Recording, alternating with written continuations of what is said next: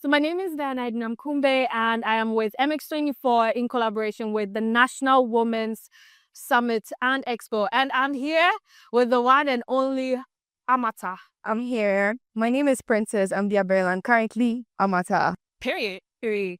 Which woman in your life has impacted you so much? In my life, Yeah. my mother.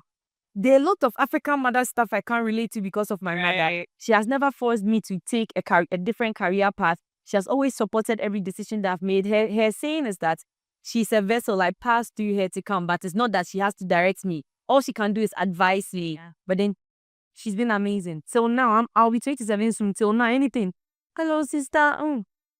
Because she's amazing. My mother has impacted me so well. She's the reason why I see things, the world colorful. Yeah. So, what's the biggest lesson you've learned about advocating for yourself and for other people? There's always going to be somebody that doesn't see it at the same point of a woman, even a woman. I saw a video recently where a woman was saying that we are always talking about men beating women, but did we ask what the woman did? There's always going to be that one person. That shouldn't stop you from advocating for women and advocating for the rights of us, because it's never going to be possible that everybody will support you. So you just get used to it. Where you are currently, you say you're almost 27.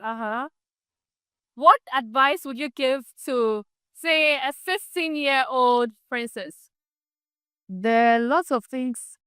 I feel like I haven't really changed from when I was a child till now. There are lots of thought processes that I've held on to till now. But then I would say that stop being shy early. Stop being Shy early. You were shy? Exactly. So I'll say stop being shy early and be very confident. Pass. Because the time life is not waiting for anyone. Actually, Yeah.